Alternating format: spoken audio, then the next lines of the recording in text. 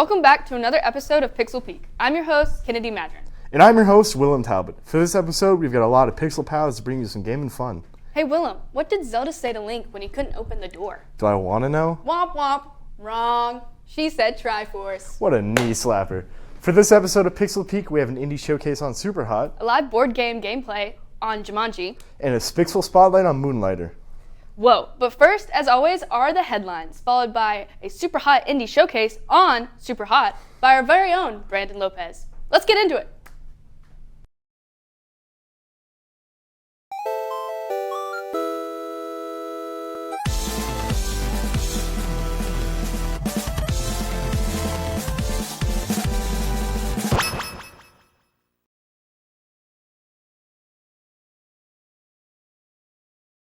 Terrible news came out of Destiny 2 developer Bungie last week. It's now being reported that a whopping 8% of the studio had been laid off last week, which is around 100 people. After the last few years of Bungie operating separately from Sony, the company reported that it was performing at a 45% revenue loss this last year. Blaming poor pre-order sales and bad in-game store sales, Bungie executives ordered the mass firing included famed composer Michael Salvatore, who had been making incredible music for the games for almost 10 years. To make matters worse, most of the people fired had no clue they were out of a job. Many people were brought into meetings, and by the time the meeting was over, their security cards had been deactivated.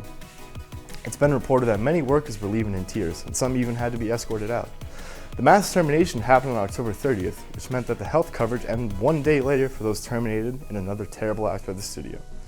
With the fan base already at odds with Bungie over the stage of Destiny 2, the future looks incredibly murky for the studio. As we talked about in our Halloween special, the Five Nights at Freddy's movie came out on October 27th. The reviews trashed this movie, calling it trash, but the public held a different tune. The audience score on Rotten Tomatoes for this movie is an outstanding 88%, and there's tons of public praise on social media. To make news even better for the FNAF movie, it's a box office smash hit. The movie has currently grossed $217 million on a measly $20 million budget. It is currently the 16th highest grossing video game movie of all time, with the movie still in theaters. You can expect it to continue to rise as well. My review of the movie, a perfect 10 out of 10. Matthew Lillard had my heart for his performance. With the return of fan-favorite show Invincible, marketing has ramped up significantly. After a 2.5-year hiatus, the show returned to extreme hype and great reviews so far. To make it even better, fan-favorite character Omni-Man is being added to Mortal Kombat 1 as a promotion for the show.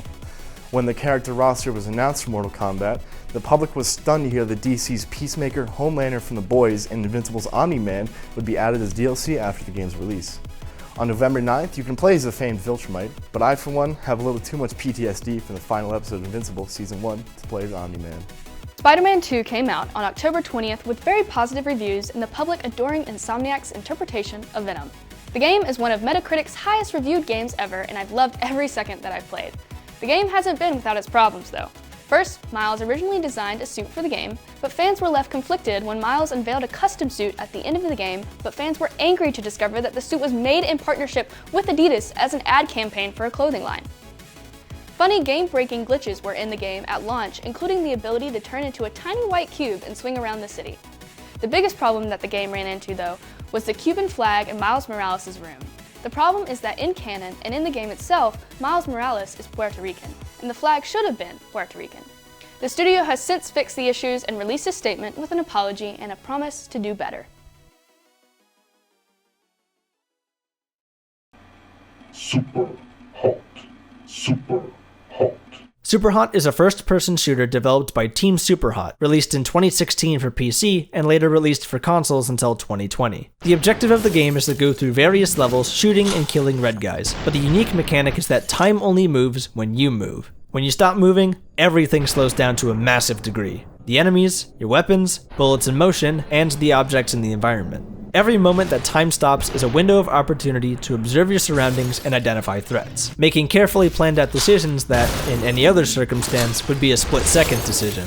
The mechanic creates unique scenarios where you're adapting to the incoming threats and assessing the best possible moves. With every movement, you're thinking on your feet to predict and plan things out, like when enemies might show up, or timing a shot from your weapon to perfectly line up with an enemy. You will always be making these types of decisions throughout the game. And I mean always. Because the minute that you decide you're too good for the time stop and move through an entire level without stopping, then there's a good chance that Larry over here is going to round the corner and gun you down. This ability is the hallmark of the game, and everything else revolves around it, including its level design, with most of the levels having a lack of cover from bullet fire and being very open or very compact. Because of this, there's a sense of pressure and intensity created that encourages more quick thinking on the player's part and more purpose to use the time stop.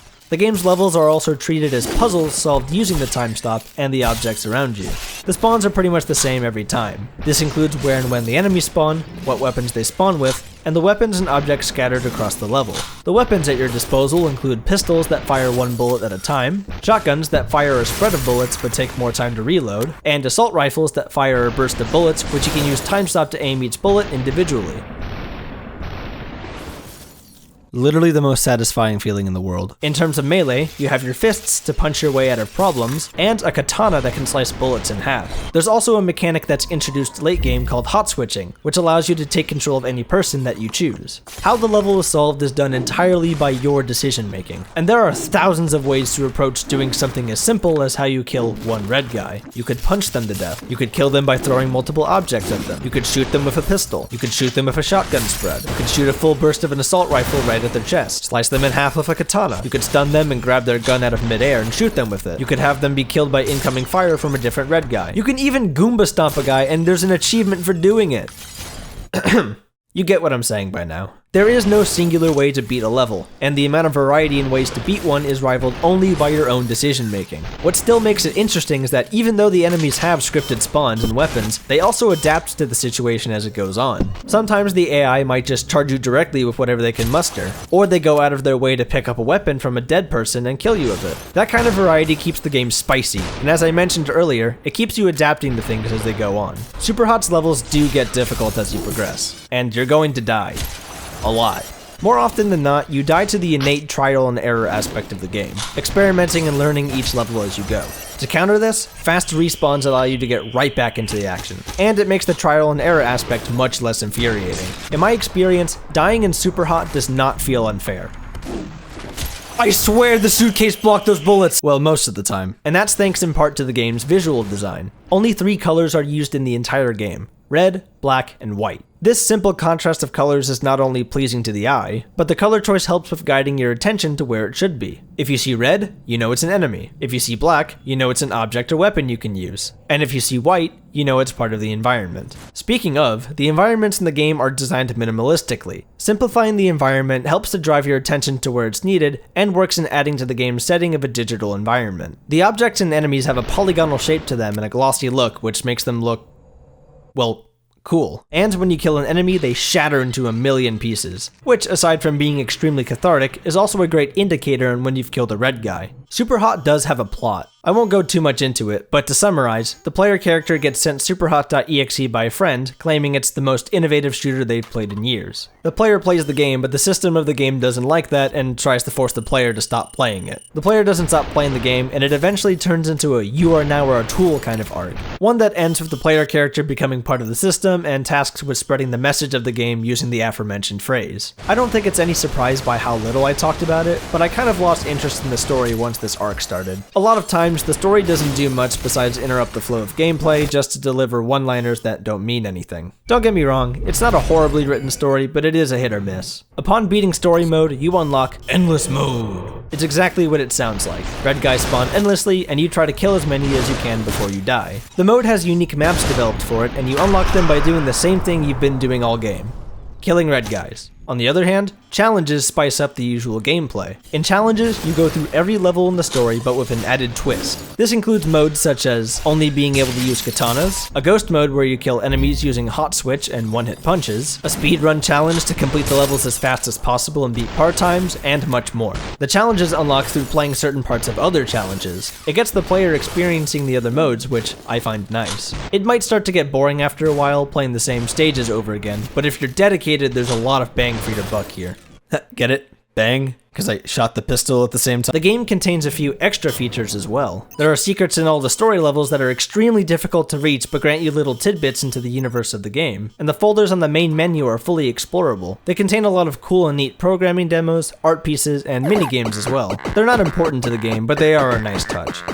Super Hot is a first-person shooter like no other. Other games in the past have introduced bullet stop mechanics, but none of them rival Super Hot in the way that they integrate the ability with its level design, enemies, and freedom to approach the levels how you want. The minimalist environment and specific color choice is not only visually appealing, but succeeds in getting the player's attention in the right direction. And the variety of post-game content is fun if you put in the dedication. But if you're ever looking for more Super Hot, there also exists a VR version of the game with its own unique levels and story, and Super Hot Mind Control Delete, a sequel released in 2020 with new levels, mechanics, and lore. Regardless of if you're a fan of the series, I think all of these games are worthwhile purchases. As for the original Super Hot, I highly recommend playing it if you haven't already, because I think the game really speaks for itself.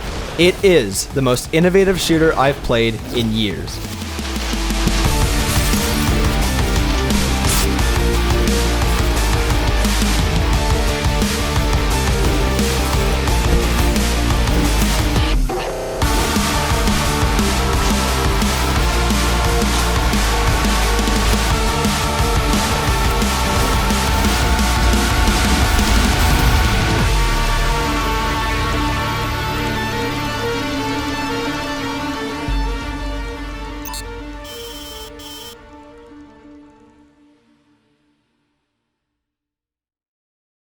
I have to say, I do love time freeze games myself. Up next, we have Jumanji. Wait, I have one important question that I've had like this whole time. What is that? Who the heck is Jumanji? Is that like the name of your cat or something? Like, what is that? Goodness. We have a movie to watch, but don't worry, it has Robin Williams in it. You'll love it. Yes. Hey Pixels, Jack from the future here. So we felt that for this game, we should explain the rules a bit. So here are the rules in brief. 1. A player rolls a die. If they roll doubles, they roll again. 2. A player draws a card and puts it in the green dome. They read a riddle, and if you guess the answer correctly, you move one extra space forward. 3. After reading the riddle, flip it over and there is a challenge of some sort on the back. 4. If a player loses a challenge, they lose a life. Oh, right. That brings me on to something important. 5. Each player has 3 life tokens. Players can gift one of their lives to another player, which takes us to 6, which is the most important rule. If one player dies, everyone loses. If one player wins, everyone wins. Okay, let's play Jumanji.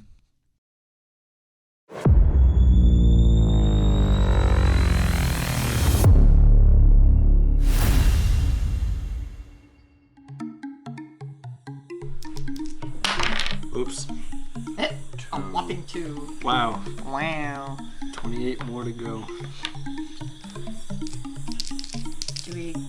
Wait, did you roll doubles? Yes. Yes, right. It was double ones. Right. Oops. Also, quickly, you're past due. They're looking forward to eating you. I don't know. Lion, probably. You spotted a lion hiding in the grass nearby, waiting to pounce.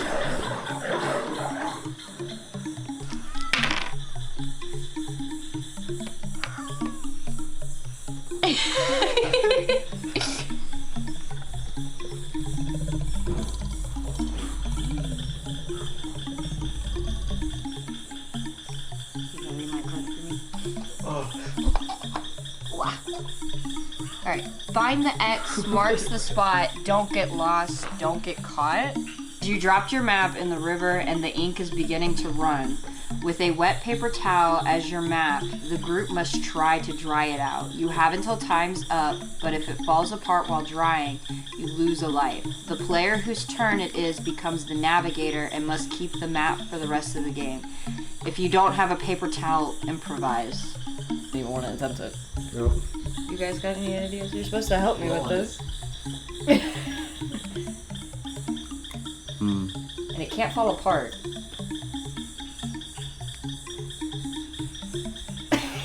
Pull it out.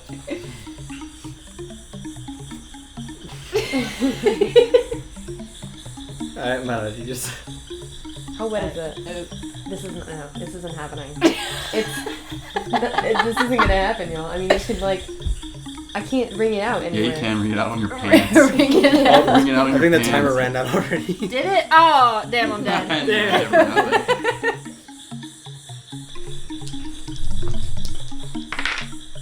Hey. Yes, follow your little path. 10. Yep.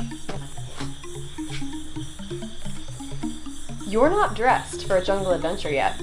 Everyone needs to put on at least one article of clothing to protect them from the jungle in case before time runs out. Keep the gear on for the rest of the game.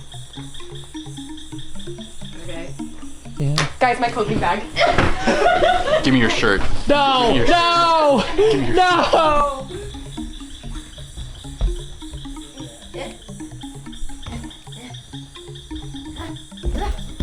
Achieve!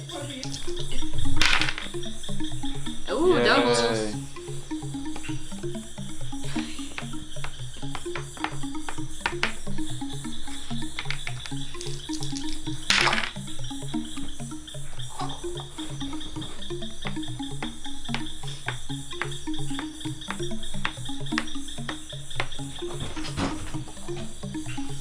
Not the light. 11.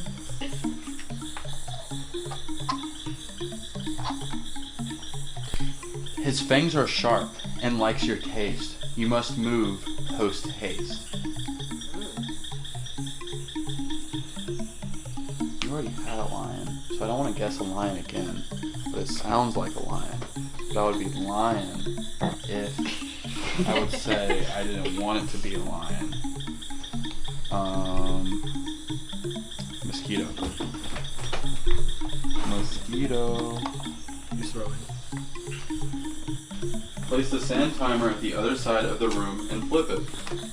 Oh gosh. I'm gonna put it up here. Everyone must roll their challenge dice until they've all rolled a snake. The last person to roll a snake must slither over to the sand timer and knock it over with their nose.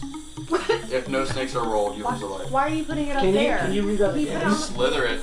The timer's going. Roll the snake. Roll a snake! Was the last person to roll a snake? I rolled one. Then you have to slither across the room and knock it down with the The nose. first? Oh, I got a snake! Yeah. Just go. Just go. No, it's the last. Then it's me. Oh. I committed. Go. I committed to it. I committed to the bet. Slither. I rolled a 7.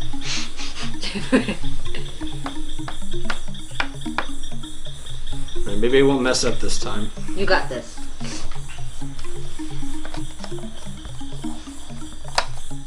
Need some help? Take a pause. You'll soon be safe in my jaws. Comforting.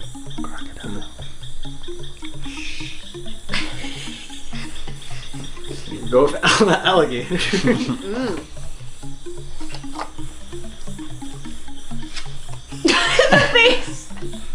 You awaken startled as you peer into the darkness of the cave. An erratic, disoriented creature flies straight for you, followed by hundreds more. Bats. Ah! Quick, run out of the room as if you're being swarmed. Get out of that cave.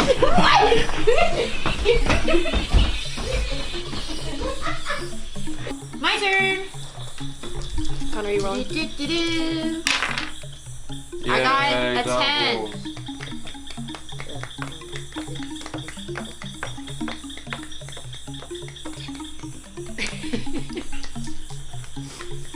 Let us see what I must do.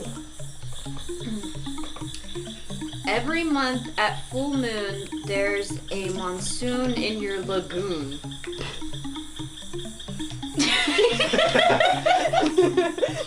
Comes a flood. Don't get swallowed by the mud. Is this another monsoon? Game wants what the game wants. The game demands it. It says it's been storming for days, but the adventure must go on. Everyone has until time runs out to find something to wear as a hat for the rest of the game, shielding your heads from the rain. But we're all wait, we gotta flip it. I heard. Dinky Jack is finding a cat. I probably should use that. Do you think Jack is gonna come back with a cat? Oh my gosh, that'd be funny. Got a bit more time left. Alright, we're good. Hell yeah. Okay. Should use the cat. Rain is hard upon the roof. I swear to God. Don't stop now or you'll go poof. Is it a monsoon?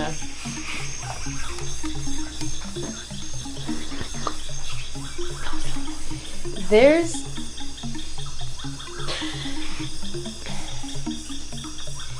been a drought for the last 3 days and it's finally started to rain. Yay!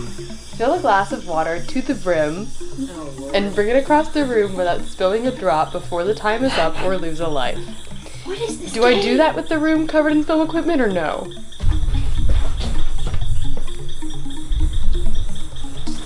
Oh. Did I just start over? You already lost, right? Fingers. I got a 4. What they say about 4, huh? I don't know what they say about 4. Right, look through glass, take a station, time for the great migration. Migration? I guess zoology. Yep. Really? Really? What? Being so close to animals in their habitats has you contemplating the wonder of the natural world. You realize that there are many endangered animals in the jungle. Can you name 2 different species of endangered animals? Is the white rhino dead yet? I know they've been endangered for a while, so okay. I don't think it's dead yet. White rhino and are elephants still endangered? Polar bears. Polar bears. Yeah. 3. We'll have to go left this time. I don't It's gonna know. be a That's monsoon. gonna be a It's monsoon. gonna be a monsoon. I've already picked up the card. Okay. Turn it towards Puddles form on the floor. I knew it! Okay. The crackle of lightning and heavy rain mark the arrival of an unexpected monsoon. Wow. Everyone in your party has until time runs out to find something to take cover under, so they're not hurt by any flying branches or debris. Anyone not completely covered when time runs out loses a life. What? And it starts right now. Connor, come here. You're covering me. No.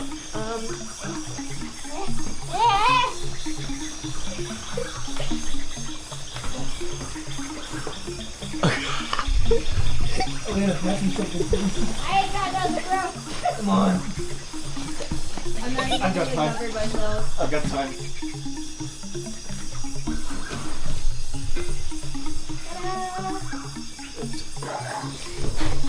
Sorry.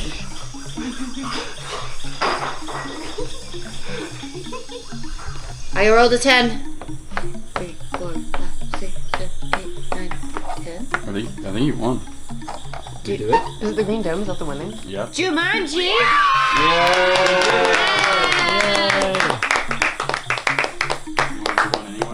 Sure. Victory lap. Let's see. All or nothing. Is it gonna be monsoon? I swear to God. An evil crew, and that they are, will track you down from lands afar. A monsoon. I think pirates. That's what I was I thinking. think I was thinking pirates. A group of martyrs are attacking you, but little do they know you're a black belt in dance karate. Show us how you use dance karate moves to knock out 6 unwitting people. Oh yeah. Oh yeah.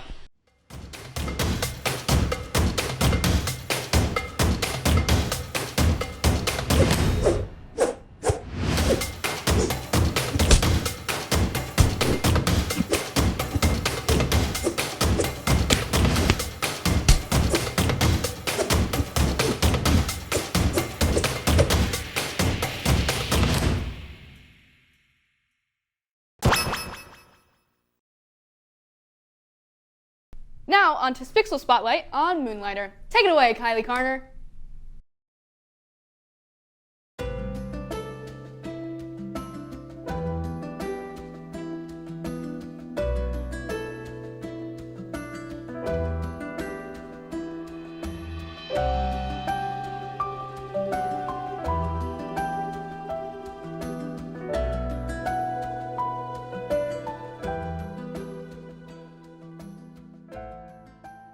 Welcome to Moonlighter, an action role-playing game where you manage an item shop by day and traverse roguelite dungeons by night. You play as a guy named Will who has had dreams of becoming a hero since he was a young boy. Will was an only child in a family of merchants, however, so he had to give up his dreams of valor and heroism to manage the family business The Moonlighter after he loses one of his parents to the dungeons on the edge of town and the other to heartbreak. But his loss doesn't deter him from his thirst for adventure. Located at the outskirts of their town, Rhinoka, lies an excavation site where 5 gates were discovered. Within the gates lies the dungeons, filled with dangerous, hostile enemies and undiscovered treasure. Will wants nothing but to adventure and explore the dungeons, but he has a responsibility to the Moonlighter. He is the only member of his family left, and he stocks his shop with artifacts that he recovers from the dungeon. As he acquires better weapons and makes his way deeper, Will works to become the very first hero merchant, maintaining his family's legacy while following his own dreams.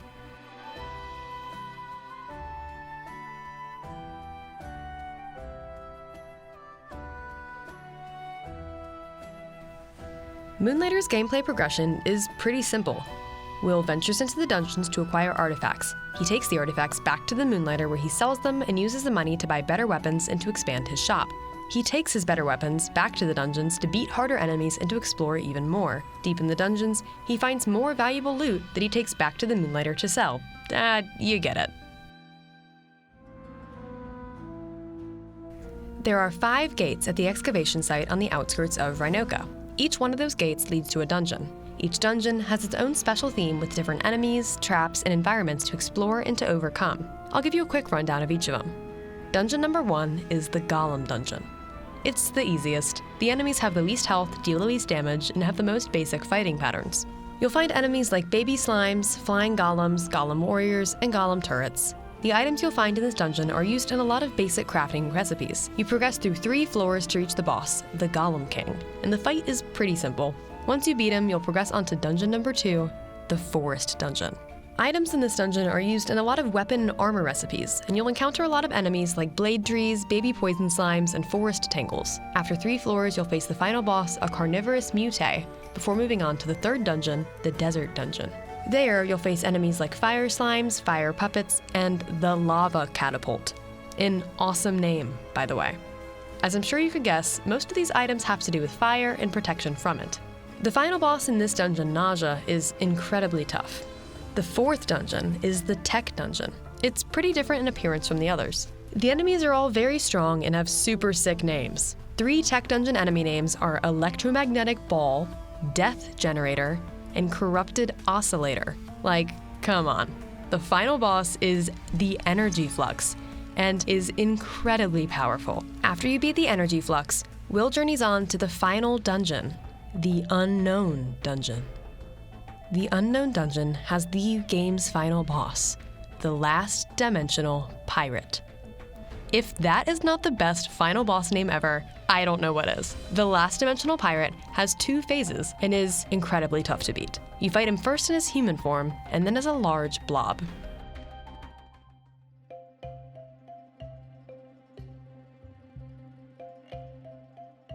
Compared to taking on dungeons, enemies, and bosses, shopkeeping probably sounds really boring. Running the Moonlighter is actually pretty complicated, and there are a lot of different aspects that go into it. There are different upgrades that you can do to the shop, multiple variations of customers that all require different things, varying perfect item sale prices that change as supply and demand fluctuates. You get the idea. Not as simple as it sounds. When gameplay first begins, the shop has 4 sales tables, 1 store chest, and an upgradable personal chest. Items can be placed from the player's inventory onto the sales tables, where they can be priced individually and purchased by customers. Each item has a perfect price, or the price that Will can sell it for continually without impacting its popularity. If you list an item above the perfect price, customers may not buy it from you. If you list an item below the perfect price, customers will buy it from you, but you won't be making as much money as you could be. The game doesn't tell you what these perfect prices are, though. It takes a lot of trial and error to figure them out, testing out different prices, engaging customer reactions. Customers will have little bubbles appear above their heads that indicate whether they like the price you're selling the item for, and if you should raise or lower it as a result.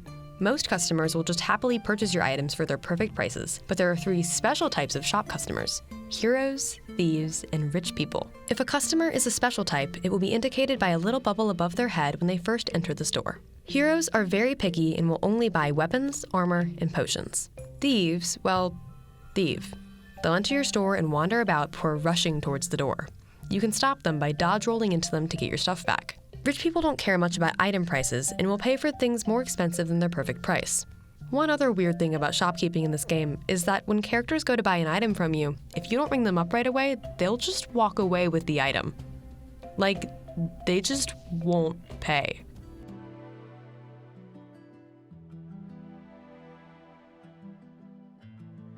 Gameplay mechanics and plot aside, as I'm sure you've noticed, the game also just looks and sounds really pretty. Moonlighter's story is incredibly cute, and Will's internal conflict of wanting to pursue his own hopes and dreams while also having a responsibility to his family is in some way relatable to everyone. The game is done beautifully, and I highly recommend checking it out. Well, that's all the time I have today. I've got dungeons to crawl and artifacts to sell. See you in the Moonlighter! Alright gamers, that's all we've got for you this time on Pixel Peek. Make sure to smash that like button, smash that subscribe button, and ring that bell So you can get notified of when we post. We'll see you next time on Pixel Peek.